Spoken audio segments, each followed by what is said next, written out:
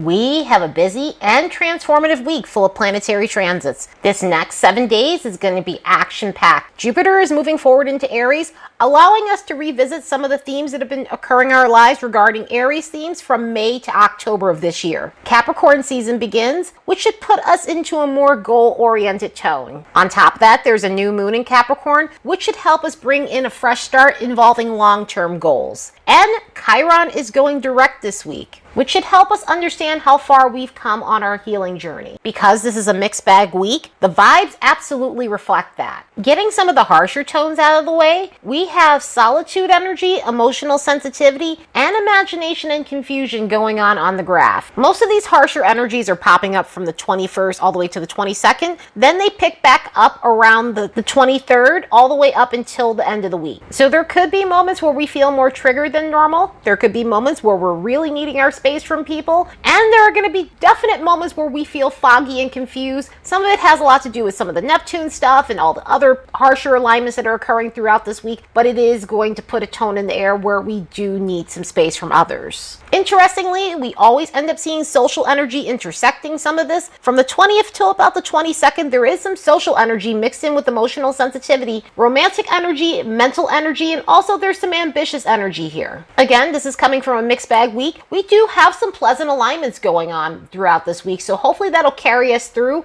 and give us moments where we do feel comfortable enough to be around people and deal with people, but also this romantic tone that's in the air that's going to be at its highest on the graph, one of the highest energies on the graph. Mental energy is the highest on the graph, but this romantic energy is definitely going to bring about a nice flirtatious tone through the week. And just the need to let our hair down, have fun, and it's about pouring our energy into people who don't drain us. So yeah, this is going to be a jam-packed and interesting week for sure. Let's look at the next bunch of days and see what we can expect. As a reminder, don't forget to like and subscribe because it helps this channel grow. And if you'd like to support the work of this channel, you could do so by buying me a fresh cup of coffee. There's a link in the description box below. Monday has an interesting tone to it because not only are Venus and Mars connecting with one another, but both planets are connecting with Chiron on that same day. And the way they're connecting with Chiron on that same day are completely different. Venus is making more complex alignments to Chiron, while Mars is making a harmonious alignment to Chiron. And both Venus and Mars are in a complicated alignment to one another. So this is going to make the day a bit off kilter in some sorts of ways, but also there may be some mitigating factors that help us calm down in some ways. Venus and Mars are forming a quincunx with one another, and of course, these connections to Mars that both Venus and Chiron are making are retrograde alignments. This one with Venus, the last time it happened was around November 11th, so this might bring up themes from that time period where there might have been some sort of relationship drama, where there might have been drama due to impulsivity in relationships or impulsivity with money. Impulsivity in the sense of excitement-seeking behavior, not having any self-awareness in relationships, which leads to toxicity, arguments, and other forms of misunderstandings. So if there was any relationship drama due to a partner's inability to see where they're going wrong and not accepting any responsibility, this can come up again on this day. Venus is making a square with Chiron on that day as well, so this adds to the relationship drama that's popping up. This combined with the Mars stuff could add more fuel to what might seem dramatic on that day, because if you're not participating on the reckless side of things, this could be a day where your self-esteem may feel like it's plummeting in terms of your romantic relationships, in terms of financial situations, in terms of feeling stuck in a toxic cycle in all these areas. So this energy could cause you to be more hard on yourself than you really need to be. Some of this stuff comes up as a wake-up call to make the changes that you need to. Obviously, these changes aren't overnight, as I always say when I see these harder alignments, because just because this happens on this day doesn't mean all of a sudden miraculously you're going to change, but it does give a nudge to make certain changes in those areas so that way you have higher self-esteem. That way you are knowing your worth and honoring that. But the good thing is Mars is making a sextile with Chiron on this day. So this could be helpful in terms of taking action on old baggage and other situations in your life that might be unhealthy, that may be dramatic, that may be toxic. This may give you the boost you need and the fuel you need to get that going. So that way you are healing. That way you are moving forward. This alignment last happened around September 17th. So this might have been a time where you started thinking of a game plan to heal these areas of your life that lack any type of stability or forward movement in your life, because these themes will come up and maybe you have a clearer plan at this point in time on how to take action on these things. This could have to do with our personal life goals, our love life goals, our career goals, or any areas that just need fixing. Any area where you need to make lemons into lemonade. And again, this could fuel you on those other circumstances that we had with the transits to with Venus and Mars and Venus to Chiron. So this may actually give you the extra boost you need and pump you up so that way you're taking care of business. Again, not overnight changes, but this could help you kickstart a long-term plan so that way you're moving forward. The 20th, Jupiter is moving forward into Aries. Now that Jupiter's out of retrograde, it's moving forward and it is still in the shadow period. So shadowy themes from the Jupiter retrograde series will pop up. This time it will be the cardinal signs that will feel these energies the most, since Jupiter spent most of its time in Aries throughout this year. Retrograde themes will come back up for Aries, Cancer, Libra, and Capricorn between 1 to 9 degrees of these signs. Jupiter went into Aries on May 10th, but was already in pre-shadow as of May 4th. So this is going to bring back those themes from that time period. The Jupiter in Aries series lasted until about October 28th of this year, and then it dipped back into the last 2 degrees of Pisces. So now we'll get to fully explore Jupiter throughout Aries. And even though it was in exaltation with being in Pisces, being in a fire sign is definitely great for getting Jupiter to be active and getting out there and taking adventure and seizing the day, which is something this planet enjoys doing. So what this is going to do is it's going to pump us up to start looking at how we can start a new path and blaze a new trail within our lives. Find something meaningful, find some sort of new journey that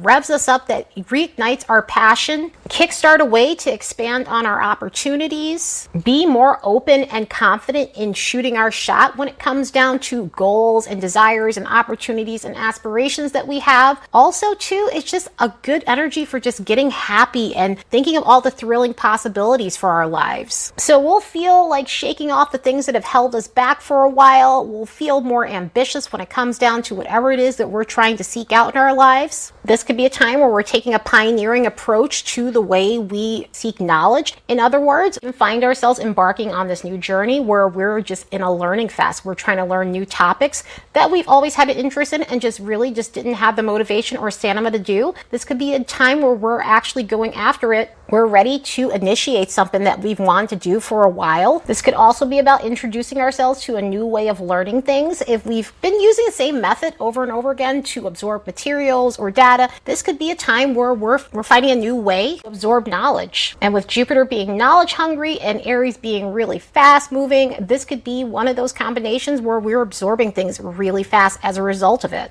We can also find ourselves being really comfortable with our own perspective, meaning sometimes we need permission to enjoy something, like something, or have a viewpoint on something. Not all the time, but there are times where people, they either don't express their viewpoints or basically take on other people's viewpoints so that way they can fit in. And this could be a time where, you're just like, I want to have my own unique perspective on something. If I have something to bring to the table and it's different from other people, I'm going to speak my truth. I'm going to talk about my own outlook when it comes down to things, which in a lot of the ways can be refreshing at times. Sometimes people are open to other people's opinions. And, in this energy, sometimes that could be a slippery slope because there is a lower vibration that goes with this. But a lot of times this could be one of those things where people are hearing your perspective and having an open mind, because one of the other good things with this transit is it is great for having an open mind, being open-minded to other ideas and other people's philosophies, which again has to be balanced because it can get dicey on this and it can get one-sided. But for the most part, the higher vibration of this is really amazing for seeing other people's perspectives. This could be a time where you're feeling more adventurous and you're needing to travel, or you're needing to do something more thrilling and exciting, so you can be more open to something you normally wouldn't try that seems risky and daring and bold, and more or less just because you're just ready to try something new and let your hair down. And it doesn't have to be something high octane, even though with this energy we kind of want high octane stuff, but this can be travel. And if you're not literally traveling, this could be literal journeys of the mind through books, or with this being in Aries, something action oriented. So this could be even losing yourself in a good action movie, or taking a meditative run or jog, just being active, because Because again, we're going to be all about being active, which could lead to a fitness journey. It could lead to a journey of just getting up and moving and living a more active lifestyle if it's not about working out. So it's many types of journeys within this energy, and it is definitely all about being active and doing something that doesn't allow you to be a passenger in your own life. This can definitely be one of those energies when it comes to dating, because we are combining Aries energy, which has a lot to do with our sexuality and relationships and dating, and mostly the sexual energy, but this could be a take no prisoners sort of attitude within relationships. There is definitely going to be a need to be pursuitful and give us the opportunity to just be confident and seize the moment when it comes down to our love life. And again, this is going to be a very social energy. We are definitely going to need an outlet to just get together with people, get together with our friends, just have the need to mingle and party. This is definitely party vibes. This is absolute party vibes in this energy. So this is going to be a fun time within this, even though we do have the lower vibration within this energy, as we do anytime there is a sign placement within a planet. And of course, because Jupiter inflates things, this can inflate some Aries things, and this can inflate things in terms of our temper. There could be a tendency to be more temperamental than normal and blow out a lot of hot air, or have a hair trigger that's kind of explosive at times. So we really want to be mindful of our tempers. And within Aries energy mixed in with Jupiter, we have this tendency to be very direct with those two energies. Jupiter rules Sagittarius, which is a very direct sign. Aries is a very direct sign, especially depending on the combination. And so when you combine this together, this could be extra blunt for no reason. And extra blunt for no reason is not always good. I mean, there is some good parts to this where obviously being direct is great, and that is one of the higher vibrations, but this could also expand the need to be too direct. And so that could hurt other people's feelings, which is not cool. So it could be hard in that sort of way, which also can be, a bit of a pushy energy as well. This could be kind of a steamrolling energy where, people tend to be more bossier than normal or need to have control in situations. This could also inflate certain things when it comes down to being sensitive to people who don't agree with us on certain things. So whether that could be opinions and beliefs and things like that. And this is where I was saying this energy is open to listening to other people, but at the same time, sometimes it could be a situation where it can get extra sensitive and just people just aren't open to people who disagree with them or get really opinionated about what they think and feel or beliefs. And mixed in Jupiter and Aries, this could be fighting for what you believe in, good, bad, or indifferent. So that's great when we have the fighting for what you believe in when it comes down to what's important. And so we might be able to see a lot of that on a collective level where people are fighting for what they believe in for their fellow man in a healthy way, but then there could also be some of that in an unhealthy way. So we need to just make sure we're keeping a fine balance when it comes down to Jupiter and Aries. Other than that, find a healthy outlet in this Jupiter, because there's a very healthy Jupiter to kickstart something in your life that you've been wanting to go after in a big way. And so use this to your advantage. We only got 5 months of that energy, and now we'll get about that amount, because by the time we get to mid-May, Jupiter will leave Aries and go into Taurus. But unlike this Jupiter, it will fully stay in Taurus throughout 2023. So there will be no retrograding back into Aries. So yeah, Jupiter in Aries packs quite the punch. Hopefully we can use this in the most productive way possible and go after what we desire in the most expansive way possible. And again, we'll have this energy until May 16th, so truly lean into this energy and all the fun antics it has to offer. The next day, the sun enters Capricorn. Happy birthday, Capricorns! It's your turn to shine excellently. As we leave the you only live once vibes of Sagittarius, we enter into a more responsible and cautious method of Capricorn. And now we are fully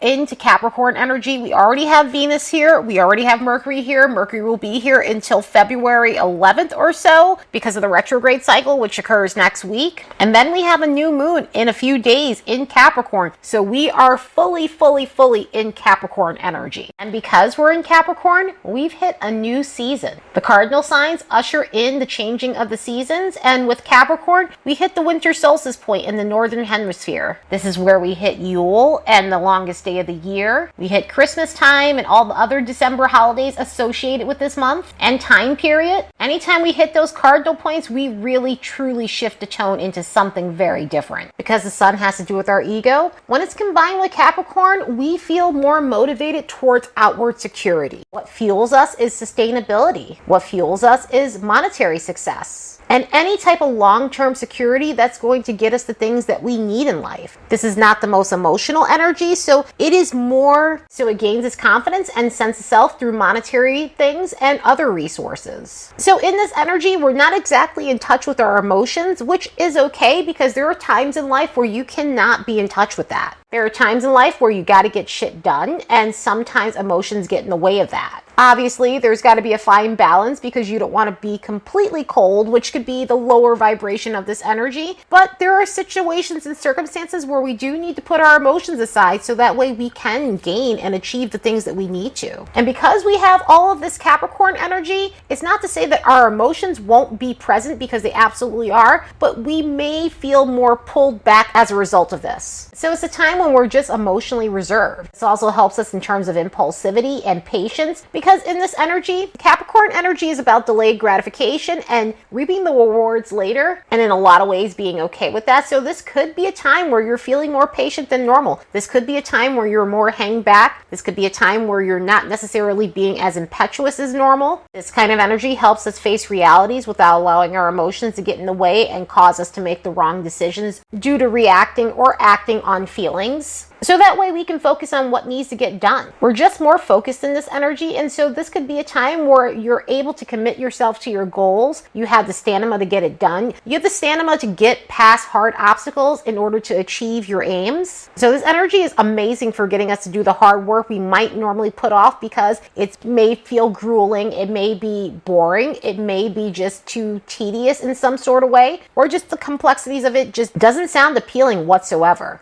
Another thing in this energy is it's great for managing your time. Capricorn and Saturn have to do with time. These energies are associated with father time, which has a lot to do with aging. So in this energy, we tend to make the most of our time. We tend not to allow things to waste our time, which is extremely helpful because sometimes we can be frivolous with our time and underestimate how long a task takes. So this will help us narrow things down so that way we're being more efficient. We're getting things done in a timely manner, but also we're not wasting our own time or allowing others to waste our time. And again, narrowing down our projects so we're not wasting our energy on something that's not going to work, and we're doubling down on the things that are working for us. Of course, there's always a lower vibration as there is anytime there's a planet changing signs. And with this one, as I said before, the lack of emotion can sometimes be a neutral expression if it's used correctly, but there are times where it could be ruthless. There are times where the emotions or the lack of empathy can be problematic and cause problems within our relationships, so we have to be aware of that. We have to be aware of being overly critical and judgy on ourselves, judgy on others.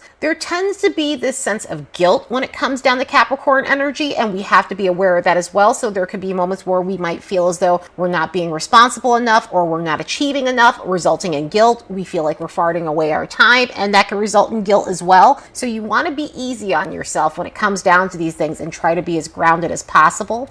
Because of all this Capricorn energy, we also need to be aware of being too pessimistic. We have to be aware of being too gloomy and not feeling like things are going to work out the way we want them to. So try your best to find ways to cheer you up and to uplift your mood because, again, this energy can be heavy. It's helpful and it's a great season for taking care of what matters. One of the things I'd recommend if you're feeling gloomy during a Capricorn season is finding dry, sarcastic humor. These guys are known for it. Capricorns have some of the best sense of humor because they know how serious life can be and they're intelligent enough to look at it and articulate it in a funny way. And it's a way for them to blow off steam. So in this energy, that may be a good way to blow off steam and make yourself laugh at some of the crazy things in life. But again, Capricorn season is loaded with bonuses. So use this energy for something that you want to master in your life. Immediately as we go into Capricorn season on the 21st, the sun's going to make some connections to Jupiter and Uranus. Within these two energies, we need to be aware of being overly cocky. We need to be aware of doing the most for attention. And we need to be aware of being overly reckless just to be reckless because we're bored. Not the vibe you would expect with the Capricorn energy and all this Capricorn stuff we have going on, but with the sun immediately connecting to these things can get inflated pretty quickly. The interesting thing about these energies connecting together, it could cause our confidence to fluctuate. So there may be moments where we're feeling on top of our game, but there may be moments where we're feeling down in the dumps. We're resulting in, again, that reckless behavior, because within this energy, it's about overcompensating for low self-esteem, low confidence in a lot of ways. So people can have a lot of false bravado with this. People can do the most because their ego gets boosted by other people's reactions to them. So if you're dealing with people with that, try not to engage. And again, if it is you, try to be as mindful as possible. Sometimes this stuff happens due to a lack of self-awareness. And if so, you want to make sure you're feeding your ego needs healthily. The next day, on the 22nd, Venus is making a trine with Uranus, which is amazing energy and is absolutely needed. This is why we were seeing so much romantic energy on the chart, along with all the other Venus connections that were going on, even if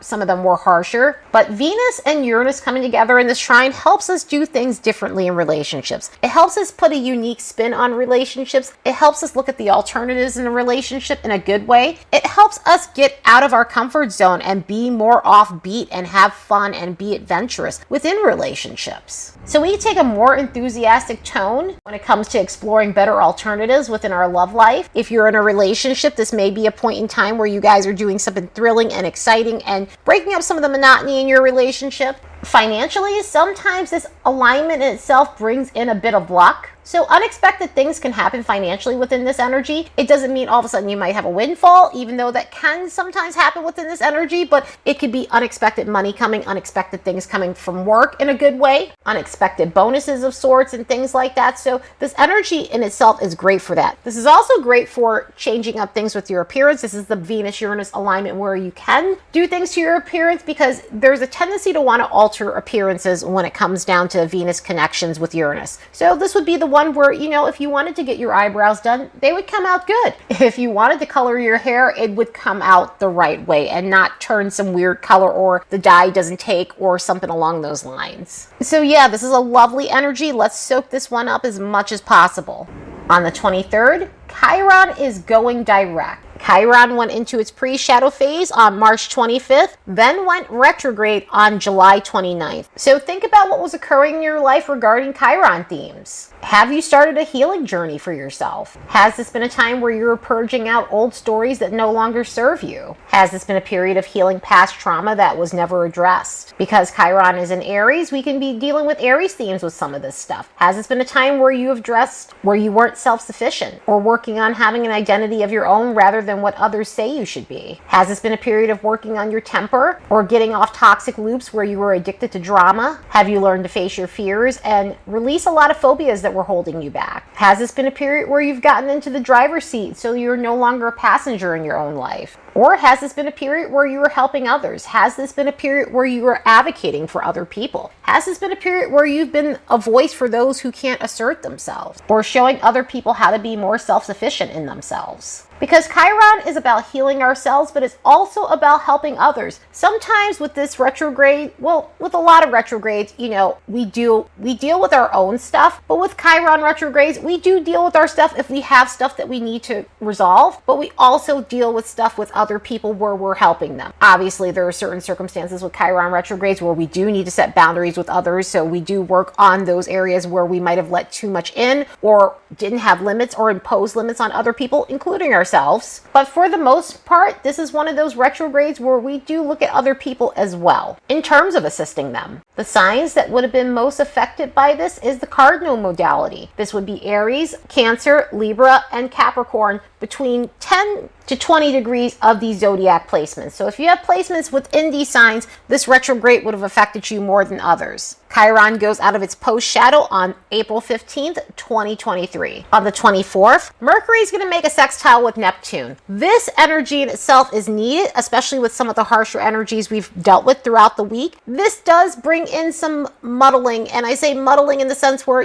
there is a little bit of confusion when it comes down to this energy, because anytime you have Mercury and Neptune together, there's an error of that, even in a harmonious alignment. However, with this one, it at least helps us on a spiritual level. This is happening at the same time as Christmas Eve, so hopefully this makes conversations easier with other people. Hopefully this helps things in terms of just being able to have a healthy dialogue, being able to have a spiritual dialogue, being able to have a high-minded conversation with others. Generally, this helps for easygoing communication, so hopefully that brings that in during that time. This is one of those energies where we may feel more inclined to get into spiritual things. We may feel inclined to practice art or enjoy good music, writing, poetry, and all those lovely Neptunian things. So this should bring in a nice, lovely, easygoing tone to the rest of the weekend. Obviously, there are certain things going on in the background. Mercury is still kind of in the semi-sextile with Saturn, so that does bring in a bit of critical stuff going on in terms of internal dialogue being harsh. But for the most part, this energy here in itself should be helpful in